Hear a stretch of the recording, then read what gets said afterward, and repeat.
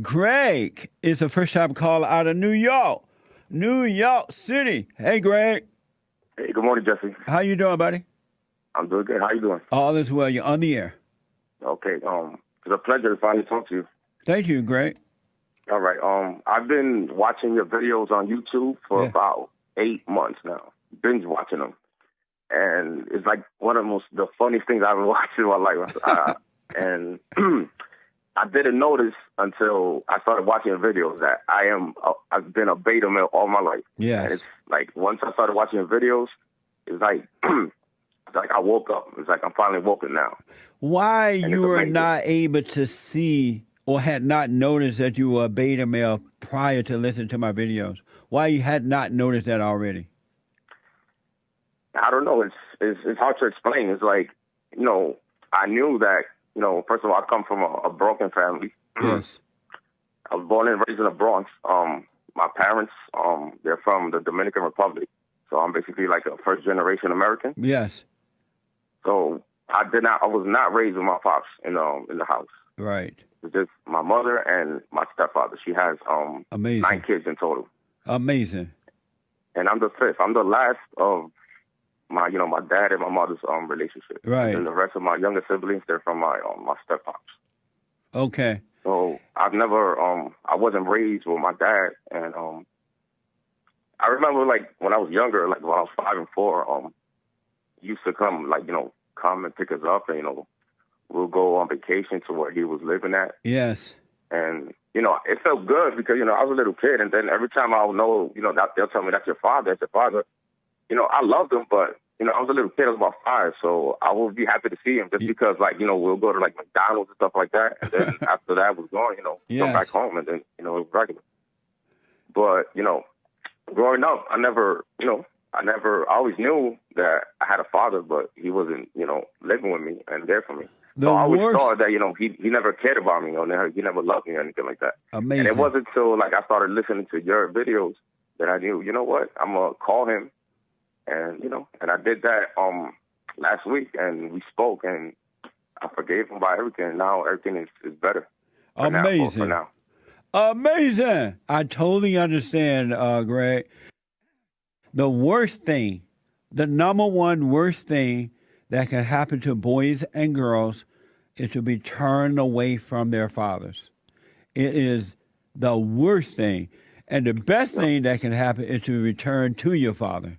That's the best thing. So you've done the right thing, man. Congratulations. Yeah, I'm 33, right, Jesse? And story of my life is so many things, so many things. Yes. And for example, like my mother, I love her, and all my sisters and brothers, they love her too. But she was not, what I'm saying? She suffered a lot coming up. Did you forgive her for what she did to you? I kind of did it like a couple of months ago, but it's like she didn't really get it. If I was to do it again, I'm pretty sure, I'm going to get the message across. Because when I first did it, I was kind of, kind of scared, like you said I would be. Yeah. Because I didn't want to hurt her feelings. But she kind of understood what I was talking about. And then, I didn't drive the message home like I wanted to. But now that, once I forgave my father, I got that, that courage now. Yes. So, absolutely. I'm not going to be afraid of hurting her because it's like I'm telling her the truth. Isn't that Even amazing? though I love her, that she knows I love her. So it's not like I'm... No, you don't love her. You emotionalize her, so you feel her with emotional love, but that comes from anger. That comes from hate. That's not real love.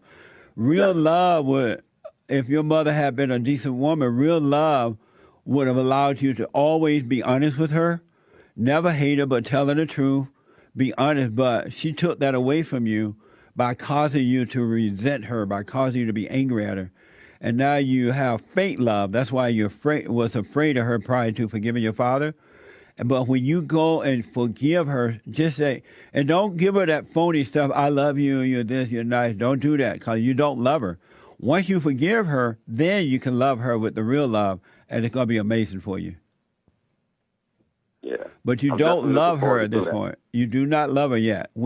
Because if you loved her, I promise you, you would not be afraid of her. You wouldn't be concerned about hurting her feelings and all that. She's using that to manipulate you. Yeah, and I didn't notice that until, I started watching you. Like, I was textbook beta male, and I don't want to be a beta male anymore, no longer. Well, you're on your way now, Greg, that's for sure. But the sooner you go and forgive her, the quicker your life will start to change, and you will finally become a son of God, the way that He meant for it to be. And yeah, that's true, because I did feel connected with God when I spoke with my father like a week ago. Yes. And like when I called him like out the blue, it's like he already knew what time it was. He knew why I was going to go see him, because I had a long time without even calling him. I had about 15 years when I seen him. So like, you know, when I went to see him, he's sick. First of all, he's sick. He's not. Hold on, Prophet Greg. Hold on, buddy. Don't hang up. Hold on. Back in a moment. I want to go back to Greg. I was finishing up with Greg just before the top of the hour out of New York. So, Greg, thank you for holding on. I appreciate it. No problem. And so, do you know when you will deal with your mother? Yeah, it's definitely going to be soon. Yeah. Very soon. The sooner the better. And again, don't go there and say, "Oh, Mom, I love you."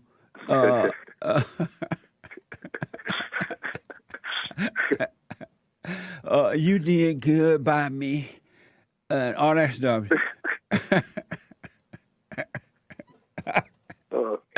It's not gonna. I'm not gonna. You know, it's not gonna be something emotional. I know that. I'm already strong. I feel it already. So it's yes. not gonna, No. Once you return to your father, man, that's amazing.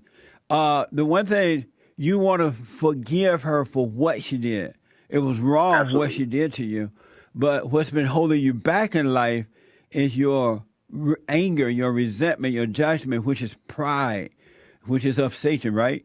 But once you let that go, you're going to fly like a bird. Yep. That's how I felt after I spoke with my father. Yes. Like, you know, he's sick, like I was saying. He's sick. He has cancer. Yeah. I don't know what type of cancer he has, because we didn't really talk much about it, but, you know, he's hurting all over. Yeah.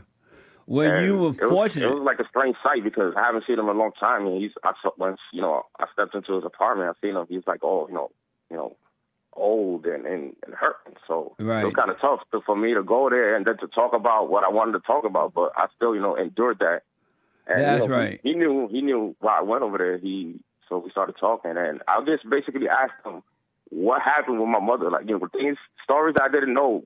You know, like yes. that my mother never told me, and I never asked him, obviously. So, and he, you know, we stood there for like a good 3 hours. You know, we was talking. He was exchanging about how in the Dominican Republic, you know, how he met my mom's, you know, how everything happened, how he came to this country, and how my mother came.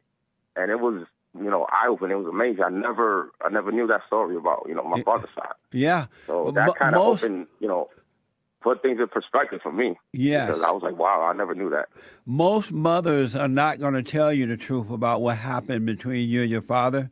They're not going to say, you know what, Greg, I ran your father off. Your father left because your father left because he couldn't deal with me. They're not going to tell you that. They're going to say, oh, he was an alcoholic. He was a cheater. He was a drug addict. They're not going to tell you what really happened. And because of that, kids, boys and girls grow up suffering the loss of their fathers. I have to tell you, though, you are absolutely blessed that you got a chance to forgive your father before he expired. Yep.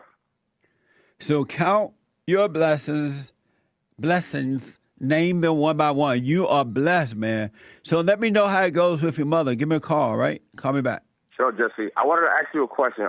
Yes. Would you, are you coming to like New York anytime in the future, like to do one of your work, or have you ever been here? Yeah, I am. I'm in New York a lot. And so I recommend you get on our email list. And so that when I get ready to go to your town, they'll send you a notice and you can come and see the event, be a part of the event. Oh, that'd be great. Yeah.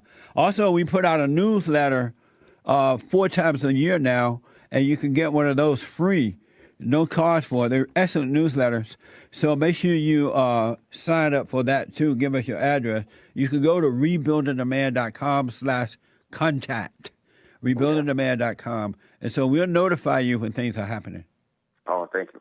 Jesse, one last thing I wanted to add. I've never voted in my life, ever. I was born here 32 years.